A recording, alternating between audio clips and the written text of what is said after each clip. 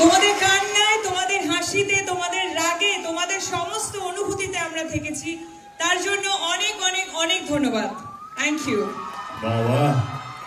দেব শুভশ্রী জ্বরের মাঝেই হঠাৎই তাৎপর্যপূর্ণ পোস্ট রাজ চক্রবর্তীর প্রাক্তন স্ত্রী শতাব্দী মিত্রর। 1 দশক পর একসঙ্গে এক মঞ্চে দেব শুভশ্রী জুটি। তোমাদের কান্নায়, তোমাদের হাসিতে, তোমাদের রাগে, তোমাদের সমস্ত অনুভূতিতে আমরা থেকেছি। তার জন্য অনেক অনেক অনেক ধন্যবাদ। Thank you. কার্যত দেব শুভশ্রী জ্বরে আক্রান্ত সোশ্যাল মিডিয়া। এরই মাঝে হঠাৎই তাৎপর্যপূর্ণ পোস্ট রাজ চক্রবর্তীর প্রাক্তন স্ত্রী শতাব্দী মিত্রর। দেব শুভশ্রীকে একসঙ্গে দেখে আবেগে ভাসছেন অনুরাগীরা।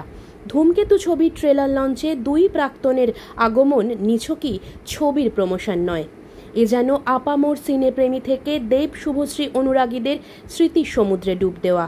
তারা বারবার এই জুটিকে ফিরে দেখতে চান। ধূমকেতু যেন দেব শুভশ্রীর জীবনের চরম বাস্তব। বাস্তবেও দেব শুভশ্রীর জীবন পথ দুদিকে গিয়েছে বেঁকে। বর্তমানে রাজঘরণী শুভশ্রী ভরপুর সংসারী, 2 সন্তান এবং স্বামী রাজ চক্রবর্তীকে নিয়ে সুখের সংসার। অপরদিকে বান্ধবী রুক্মিণীকে নিয়ে দিব্যি সুখে রয়েছেন দেবও। এই প্রাক্তন রিয়েল লাইফ জুটির আগমনে অনেকেই ফেলে আসা দিন ফিরে দেখেছেন, কিন্তু তাৎপর্যপূর্ণভাবে হঠাৎ করে সোশ্যাল মিডিয়ায় একটি পোস্ট সামনে আসে।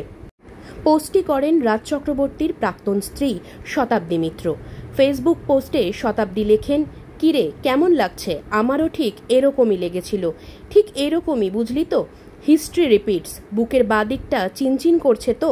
আমারও করেছিল ঠিক 13 বছর আগে। আজ তুই যে জায়গায় দাঁড়িয়ে, আমি অনেক আগেই হেঁটেছি সেই পথ ধরে। তোর এই বুকের বাদিকের চিনচিনে ব্যথা আমারও খুব চেনা, ঠিক একই পথ ধরে। তবে কাকে উদ্দেশ্য করে রাজের প্রাক্তন স্ত্রী শতাব্দীর এই পোস্ট, তা নিয়ে ইতিমধ্যেই জলঘোলা শুরু হয়েছে। অনেকেই মনে করছেন প্রাক্তন দেব শুভশ্রীকে এক মঞ্চে দেখে রাজের প্রাক্তন স্ত্রী শতাব্দী মিত্র রাজ চক্রবর্তীকে খোঁচা দিয়েই এই পোস্টটি করেছেন। কিন্তু সবকিছুর ঊর্ধ্বে গিয়ে জিতে যায় পারস্পরিক শ্রদ্ধা, সম্মান, ভালোবাসা। তা বারবার বুঝিয়ে দিলেন দেব শুভশ্রী। দেব শুভশ্রীর একসঙ্গে এক মঞ্চে ধূমকেতু ছবির প্রমোশন দর্শকদেরও মন ছুঁয়ে গিয়েছে।